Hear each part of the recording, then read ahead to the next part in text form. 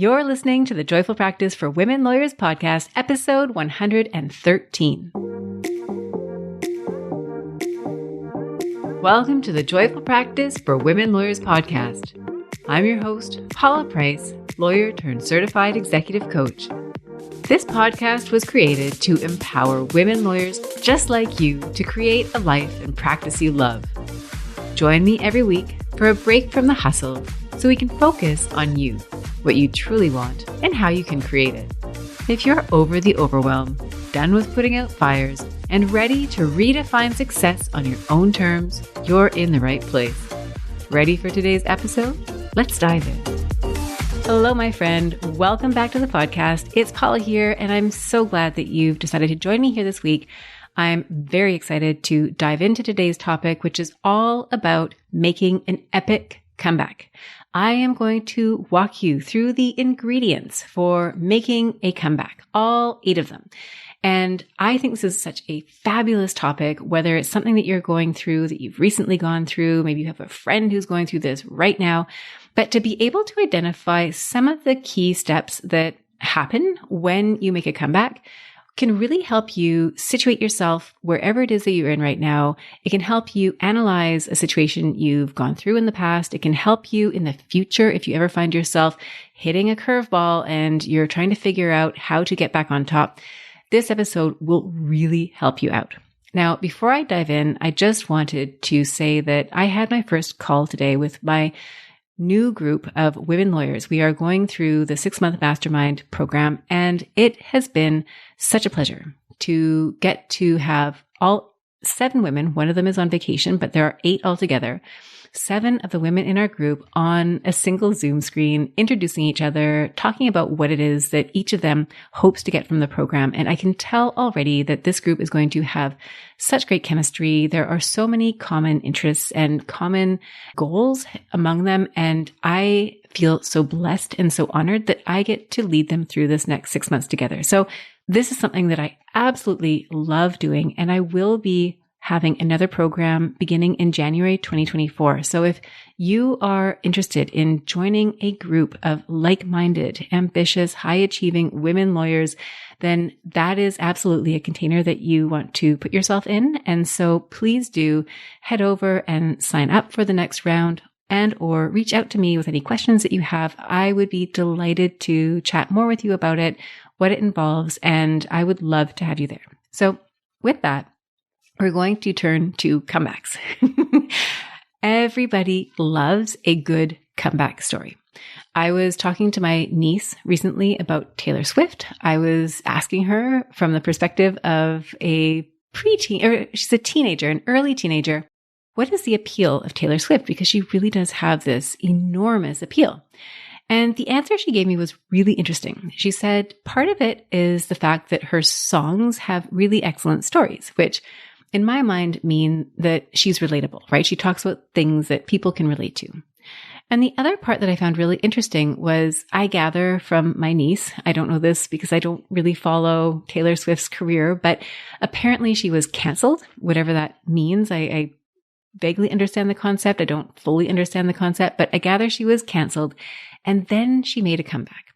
And this got me to thinking about how much we love comeback stories. As humans, it's almost ingrained in our DNA that when we see somebody who's out there and they have a certain level of success and then they have a fall from grace, or however you want to describe that, and then they have the tenacity, the resilience, the will to pull themselves up again and rise back to the top. There's something that is so magnetic about those stories for us. It's hardwired. And so as my niece was telling me this story, I thought this is something that I would absolutely love to talk about on the podcast, because I think for so many of us and for so many of you, your lives, your professional work, your non-professional lives are going to be peppered with a series of successes and setbacks. And after every setback is an opportunity for a comeback. And this is something that I think we can learn so much from. And I think there's so much opportunity to look at comebacks, break them down into their component pieces, and use that information in order to really thrive going forward, thrive to succeed, to learn how to have our own Taylor Swift moments within the context of our own careers. So with that, I'm going to jump into comebacks. I'm going to talk about what they are. I'm going to talk about why it's important to think about comebacks in a professional context. And then I'll be offering you the 8 stages, the 8 ingredients that I think are essential to a good comeback story. And as we go through the episode, I invite you to think about whether it's in relation to a comeback that you've made in the past, whether it's something that you're going through right now, or whether it's something that may happen in the future that you can't even predict now. I would invite you to think about how each of these components relates to you and to identify the takeaways that you can apply going forward after listening to today's episode. So with that, we're going to start thinking about comebacks. Now, I looked up comeback on the online dictionary, and I picked the one that came from the Cambridge Online Dictionary. They defined a comeback as a return to an earlier and better position or condition. And I think that's how we all think of a comeback, right? You're going back to something that was great. Now, I'm going to foreshadow a little bit here and suggest that sometimes when you make a comeback, you're not actually going back to that previous position of goodness or greatness.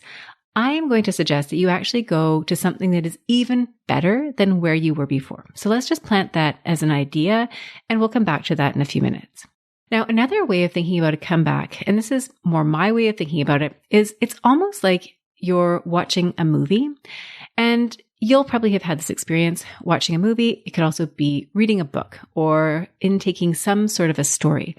And usually a movie or a story has a period where things get really, really hairy for the protagonist. The heroine or the hero in the story comes up against some pretty hard luck, some terrible things happen, and it's really that murky, unpleasant part of the story.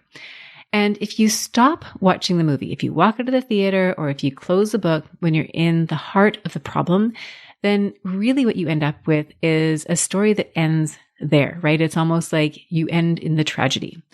But if you just keep going, if you stay and finish the movie, you watch it until the end, you keep turning the pages of the book, then what can happen is that story goes from being a tragedy, one with a very sad ending, to one that is perhaps more in the nature of a comedy, one that has that happy ending, one where you actually get to witness the comeback. And so what I'm inviting you to think about today is when you are in that moment, that difficult moment where if you were to turn the movie off, that you would end on a low note, to just keep going. And part of what we're going to talk about today is how you can frame it to make that easier and to know what to look for. So the reason I think this is important, the reason that I think a comeback story has relevance in a legal practice, is that life is full of setbacks and comebacks. In your legal practice, for example, you are going to have challenges that come your way, whether it is making a mistake on a file, whether it's things going sideways with a client, whether you lose a case, whether a deal goes sideways, whether you lose a job, whether there is a restructuring. There are all sorts of ways in which your practice may present setbacks that can feel absolutely devastating when you are in them. And as we're talking, you might be thinking about situations that you're in right now, right? Situations that are really, really challenging where you want to make your own comeback. Now, as I alluded to earlier, when you catch yourself in the middle of a comeback story, you may be so stuck in that feeling that something has gone wrong, that it's not something that you can recover from, that maybe you stop the story. You let the story end there. And what I propose is that when you learn the ingredients, you know what it takes to create your own comeback story. Now, if you're not prepared, then you might give up too soon. You'll never get a chance to see the end, and you will miss out on the opportunity to overcome the challenges that come your way and see what's on the other side. And if there's one thing that I have learned through fictitious comeback stories and through real life comeback stories, is that the challenges that you face are there as an invitation. They're an invitation for you to learn. They're an invitation for you to grow. And when challenges come to you, when they knock on your door, You can try to avoid them. However, what I've noticed is that challenges will keep coming back to you until you finally open the door, let that challenge in, and face it head on. And as I'm saying this, I can think about examples in my own life where the challenges have come back, where they continue to come back. And I would invite you to think about how this is true for you. And this may be true in a professional context. It can happen in a personal context. That is what life is all about. It's spotting those challenges. It's seeing them as an invitation and using those invitations to learn and to grow.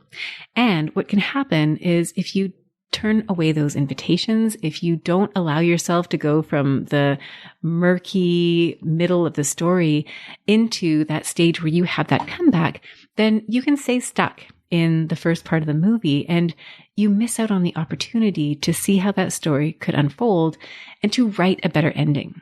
And beyond that, to write the sequel, right? You know that when you write a good story and you've got an excellent comeback, the next thing that happens is part 2, part 3, and so on. So what we're doing today is we are effectively going to master the art of the comeback. I'm going to offer you ingredients, 8 ingredients altogether. And as I go through those ingredients, those factors, I invite you to cast yourself as the leading lady in your comeback story and to think about how each of these factors applies to you, whether it's a current comeback, whether it's something that you've done in the past, because believe it or not, you can look at a past example of a comeback story. And when you use this framework, see how you played each of these roles, how you included each of these ingredients. And when you're able to internalize this process, then when the comeback opportunities, I should say, arrive in the future, you know exactly what to do. So I promised 8 ingredients. We're going to start with ingredient number 1, which is the underdog. Yes, the underdog. We all love the story of the underdog, the person who we never thought would actually succeed when they go on to achieve great success. Now, I would invite you to think about where in your life you have considered yourself to be the underdog. If you are a lawyer and you're the first lawyer ever in your family, then maybe that's part of how you see yourself as an underdog. You are the first one. It's a brand new way. It's unpaved. You didn't know the path to get there. You didn't know what to expect. And yet you managed to persevere. You managed to get the grades. You got into law school. You did the things that you needed to do. And now here you are as a lawyer. Now, an underdog story that came to mind for me is one you may be able to relate to. Maybe the facts are a little bit different, but I grew up in an era where blonde jokes were the thing. They were so popular back when I was probably in middle school. And I am blonde. And I can remember just being peppered with all of the blonde jokes. And of course, the blonde jokes are about how blondes are not very smart. And here's an example of a relatively PG-13 blonde joke. A blonde and a brunette fall off a building. Which one lands first? And the punchline to the joke is the brunette, because the blonde had to stop and ask for directions. So, as you might imagine, I grew up with the belief that the world perceived me to be less intelligent because I was a blonde. People would tell me the blonde jokes. They were reinforced as a stereotype. There were jokes about white out on the screen. If you're of my vintage, you will understand that reference. And so I always saw myself as somewhat of an underdog because I felt like I was working against a stereotype that had me pigeonholed as less intelligent than people with brown hair or red hair or whatever other colored hair. So that was a bit of an underdog story for me, was to overcome that stereotype. And for you, you may have a different stereotype that you were overcoming that in a way created an underdog narrative for you. It was a challenge that you had to overcome. So we start out our story with the underdog component to it. And what happens next is ingredient number 2. Ingredient number 2 to a good comeback story is that the underdog achieves excellence. Now, excellence will look different to everybody, and it will look different depending on the story. Excellence is usually some measure of success where others who are on the outside looking in will say, that person over there, she is successful. She managed to make it. She has a good job, is a good lawyer, is a great person, is successful. Maybe if you're branching outside of your professional into your personal life, she's a great mom, a great friend, a great daughter, an outstanding citizen. There are all these accolades that may be bestowed upon you as a result of achieving excellence. But here's the catch. And again, I'm foreshadowing a little bit here. The excellence that is achieved in that first stage is what I will refer to as Gay Hendricks' version of excellence. So Gay Hendricks talks about 4 different zones of competence.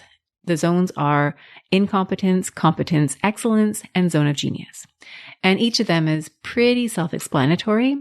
Where I'm really interested in spending time is in excellence, because excellence is that third level. That's where you are highly competent. People turn to you and they ask you to do a certain thing because you're really, really good at it. But there's a level of proficiency that is beyond excellence, and that is the zone of genius.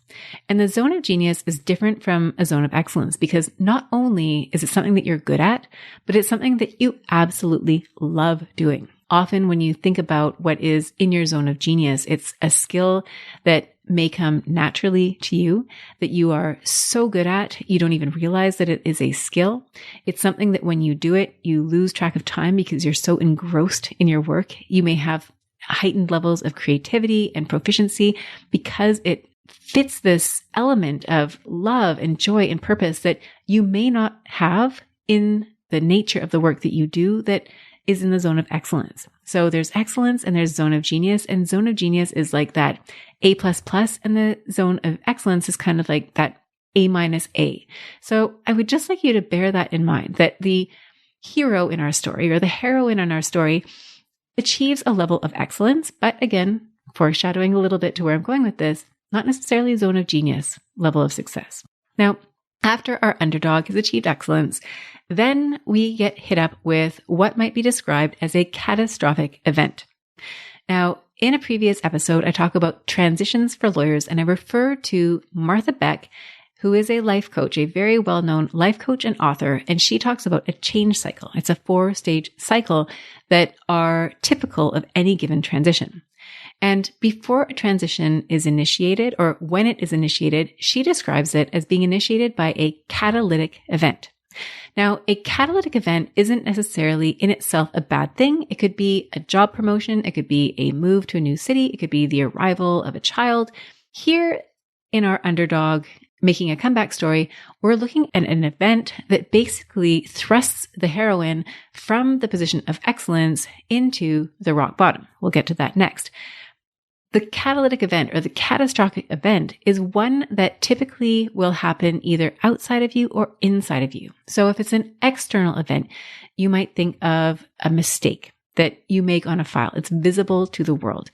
It's losing your job. It's having an illness. It's someone close to you having an illness. It's something that happens outside of you that has grave ramifications on your professional life and also potentially your personal life. Now, a catalytic event can also be an internal event, and that is where things on the outside aren't lining up and it has the result of creating a shift on the inside.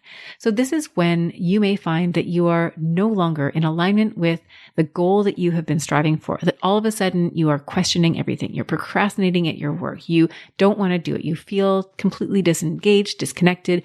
You don't want to be there. For some people, it manifests physically as pain in their body. And what happens is that then they make a decision that they no longer want to do what it is that they are doing. And one fascinating thing about internal events and external events is that sometimes those external events are easier to deal with because it's something that happens to you. Something else or someone else takes responsibility for making the decision that throws you off your course. Whereas if the shift is an internal one, then you are the one making the decision. You are the one who disrupts the status quo. And taking on that level of responsibility, having ownership of that decision can sometimes make that transition even more difficult. So going back to the various ingredients of the comeback, so far we have the underdog who achieves excellence, where all of a sudden that excellence is called into question or is undermined, possibly overnight, by a catastrophic or catalytic event. Then we reach stage 4. And I'm describing that here as rock bottom. I think we can all relate to the feeling of rock bottom. I think we've all had moments in our lives where everything seemed to be going in one direction and then it's like literally the bottom falls out. I'm reminded of a story that I heard about Sylvester Stallone, who you may know, he's the actor that played Rocky. And apparently, he wrote the movie Rocky and then went from producer to producer trying to shop this script. And one of the key contingencies that he had was that he wanted to be in the movie. He wanted to be the Rocky character. And the story that I heard, I don't know if it's 100% factual, so please don't hold me to this to a T, but he was out there shopping the script for some period of time. And I gather things got so rough for him that at one point he had split from his partner. He may have been living in his car. And I think really the rock bottom moment was when he had to give away his dog. He could no longer support this dog of his who was his best friend. And things turned around for Sylvester Stallone. As you may know, he went on to win the part in Rocky and have this script succeed. And then there were sequels made of the Rocky movie. And so there was a success that emanated or arose from this initial setback. But when you think of rock bottom, that's what it looked like for this one person, was being so broke that he had to give away his dog. And for you, rock bottom might look like something different. But when you're talking about a good comeback story, when you're looking at the elements, what often happens is after that catastrophic or catalytic event, that is where you hit that really, really rough patch. Martha Beck refers to the first stage of the transition cycle as being death and rebirth, because really it can feel like death. It is really a challenging time. And if you're in it, then the feelings that you might be struggling with may be feelings of shame. There may be a lot of shame associated with something that happened that may have contributed to you being where you are in that moment. You may feel a great sense of disappointment, whether it's in yourself or in other people or circumstances outside of you. It may be a deep sense of hopelessness, like the dreams that you had are never going to come to fruition. And I've had conversations with clients where they are in that zone where they see themselves as having had experiences that then limit their ability to move forward. And what I'm inviting you to consider here, and through listening to this podcast episode and to thinking about how this applies to you going forward, that every setback that you have is an opportunity to learn, to get stronger, and to come back better. So if you are in that rock bottom place, or if you have been in that rock bottom place, or if ever in the future you're there, or if you've got a friend who you're helping and they are in that rock bottom place, you do not want to end the movie here. There is so much more to come, and this is the truest beginning of the comeback. So moving on from stage 4, which is this rock bottom place, we move to step 5. And step 5 is the first tiny win. Now, for all of you who have ever experienced any degree of comeback, you know exactly what I'm talking about. It is that tiny, tiny little ray of hope. If you have lost your job, for example, you have a job interview, or somebody that you reached out to as a prospective employer responds to your email. If you have had a relationship that has been disrupted, whether it's a professional or a personal relationship, there's an extension, almost like that olive leaf. You start to reconnect. It's almost like there is an awakening. It's a sign of possibility. Nothing has happened yet, but it is a sign of possibility. It's like there's like a crack and the light is kind of coming through, and you realize that rock bottom isn't necessarily there forever to stay, that there is some glimmer of hope. And that is where you will very likely start to make a little bit of traction. So that is step 5. Now, before we get too caught up in what happens after this first tiny win, chances are you're not going to go from first tiny win to overnight success. I'm so sorry, but that is rarely how it works. What is much more likely to happen is that that first tiny little glimmer of hope all of a sudden ends in complete shutdown, or at least almost complete shutdown. So you can imagine maybe your first tiny win is that you want to start your own firm, you apply for a business loan, and that loan goes through. So that's your first glimmer of hope. And then you see the interest rate and you're like, I don't know, this doesn't look so promising anymore. What is going to happen after your first tiny win is you are going to face struggle. struggle after struggle. You are going to have obstacles thrown at you like never before. You're going to have the external obstacles, the difficult things that happen outside of you, whether it's a difficult market to find a new job, whether it's a difficult market to set up your own firm, whether it's a difficult situation at work where you're having to prove yourself all over again. I mean, you can think of all the examples where you are going to have to overcome difficulty in order to get to the place where you want to be. And you're going to have external obstacles that are thrown at you. You are also going to have internal obstacles that are thrown your way. Now, one of the biggest obstacles you're going to face is fear. And at the very beginning of this podcast series, episode, I think it's number 4, I do a whole episode about fear. And the fear that I talk about in that episode is the fear of starting this podcast, because I can tell you there was a lot of fear going on, especially when I first started out. And I made that episode and I published it because I think it's so relatable. Anytime that you go after a big dream, a big scary goal that you've never achieved before, you're going to have all sorts of obstacles come up and you're going to think that there's something wrong. You're going to feel that sense of self-doubt, that sense of fear, and it's going to cause you to question whether or not what you're doing is the right thing to do. And so you're going to have obstacles, obstacle after obstacle. You're going to also have different layers of obstacles. So I talked about internal and external problems. It's also going to be really interesting to see where you have real problems and perceived problems. So, for example, sometimes you might find that you procrastinate at work, and you might think that the problem is that you don't have good systems or the right calendar or the right way of dealing with procrastination. But when you dig a little bit deeper, what you might find is that actually there's a bigger problem there, that it's more a question of the alignment that you have with your work, that maybe you're not connecting at a deeper level, maybe that your values are misaligned, that you have a sense of direction that hasn't quite come to fruition. And so the perceived problem is procrastination. The real problem is, are you in the right place?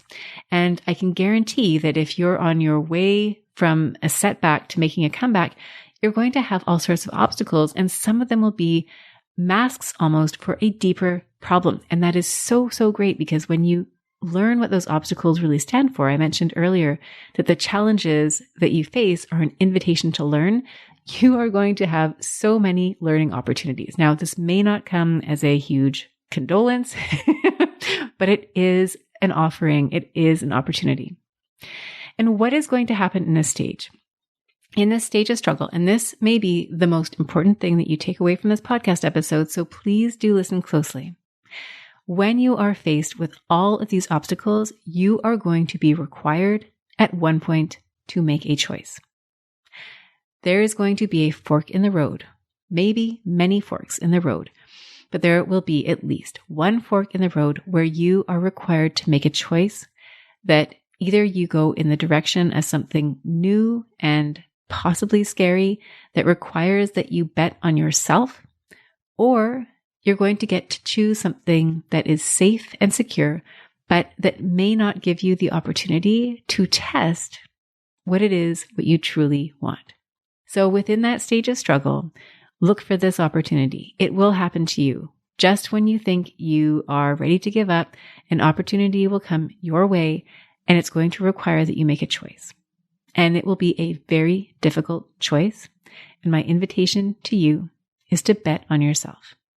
So just to recap where we are, we talked about stage 1, underdog, who then stage 2 achieves excellence. Then stage 3 is met with a catastrophic event. Then number 4 hits rock bottom. Then number 5 has their first tiny win.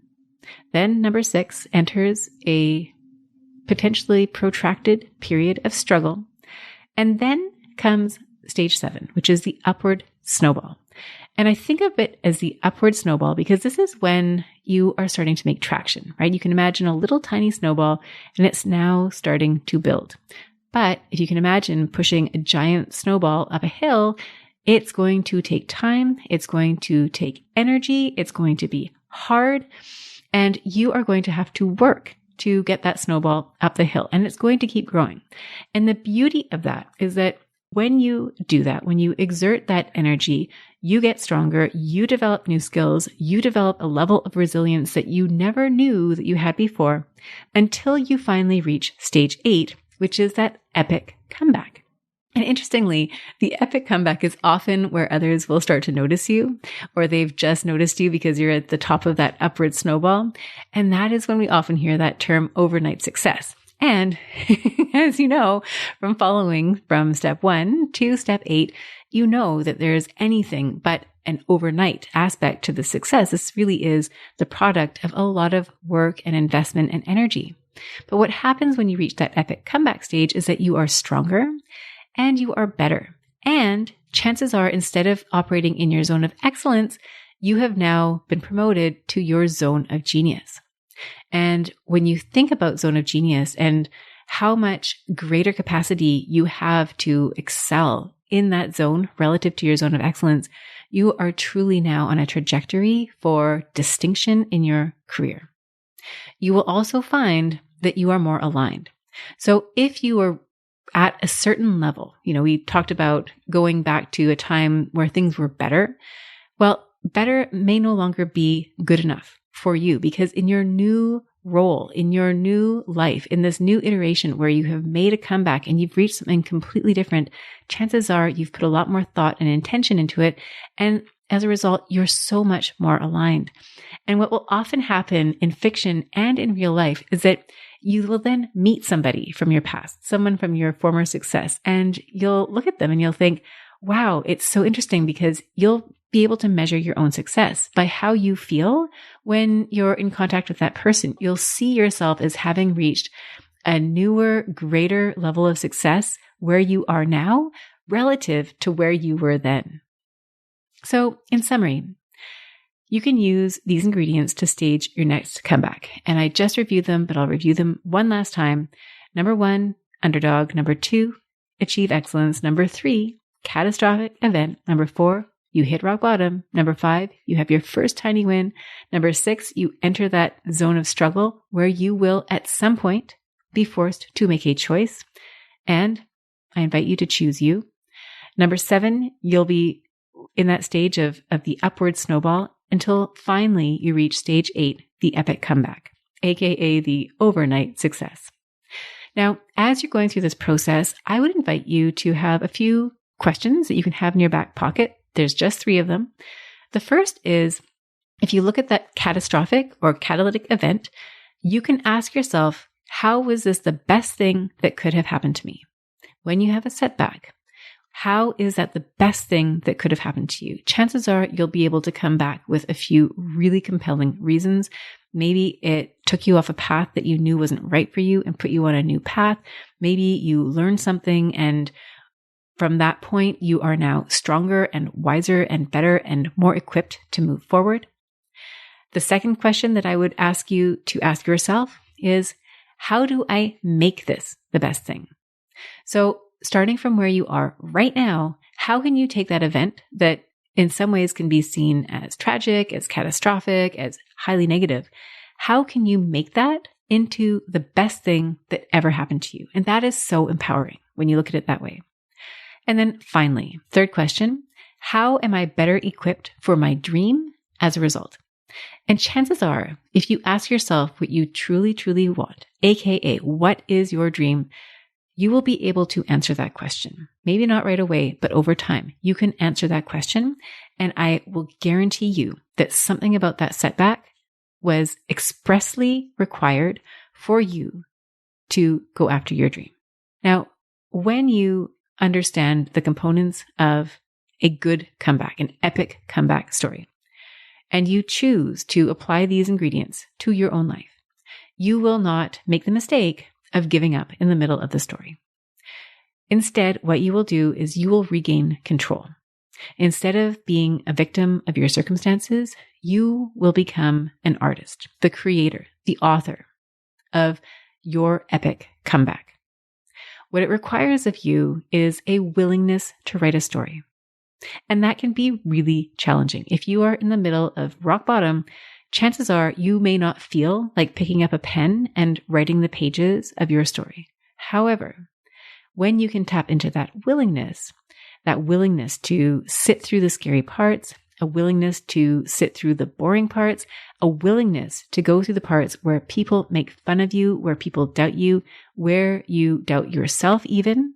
If you're able to conjure up the faith that you need, that there is a better end in sight, when you are willing to make a choice, and that choice is to bet on yourself, and when you are willing to dig deep and pull yourself up, no matter how dark it may seem, no matter how challenging it may seem, then what will happen is you will develop the resilience, you will develop the strength, you will develop the skills, you will get really, really good at making a comeback.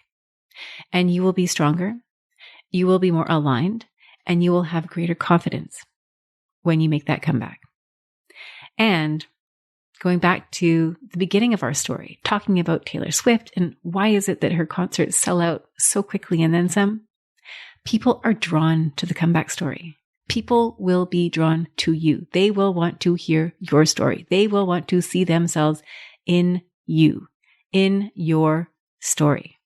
Because when you think about it, very few people are interested in the story of the person who never had any setbacks, who never had any challenges, who just went from A to B to Z all the way through, skipping along merrily, perfect, no problems, etc. People love to hear the stories. People love to hear the challenges. People love to see how the roadblocks were in the way and how you chose to overcome them. People especially love to hear examples of other people who have the courage to bet on themselves. So, my friend, wherever you happen to be, whether you are at the tail end of a comeback story, whether you're in the middle of one, or if you're just thinking that these are some useful tools that you might have going forward, I once again invite you to think about how this applies to you and how you can apply these tools, these ideas going forward in your practice and I would say in your life. So, my dear, dear friend, thank you for joining me this week. I would love to hear your epic comeback story anytime. And please do feel free to reach out to me. Again, if you'd like to have additional support, you're more than welcome to reach out to me. I continue to do one-on-one coaching. I will continue to offer my group program. The next session will start January 2024. Feel free to reach out to me if that's something that interests you. And I would also invite you, if you are a listener to this podcast, if you've enjoyed this podcast, please do go over to iTunes or wherever it is you listen to your podcast. And I would love a rating and review. It will help other people just like you find this podcast and perhaps write their own epic comeback stories. That's all that I have this week, and I look forward to reconnecting again soon. Bye for now. If you enjoyed today's show and don't want to miss an episode, subscribe and follow the show wherever you listen to your podcasts. If you haven't already, please leave a rating and review. Your feedback will help me create a podcast that's tailored to your needs and goes straight to the heart of what matters to you. For instructions on how to subscribe, rate, and review the podcast, visit www.thejoyfulpractice.com/podcast launch. See you next time. Thank you for listening to this episode of the Joyful Practice for Women Lawyers podcast. If you want more information, visit www.thejoyfulpractice.com. See you next week.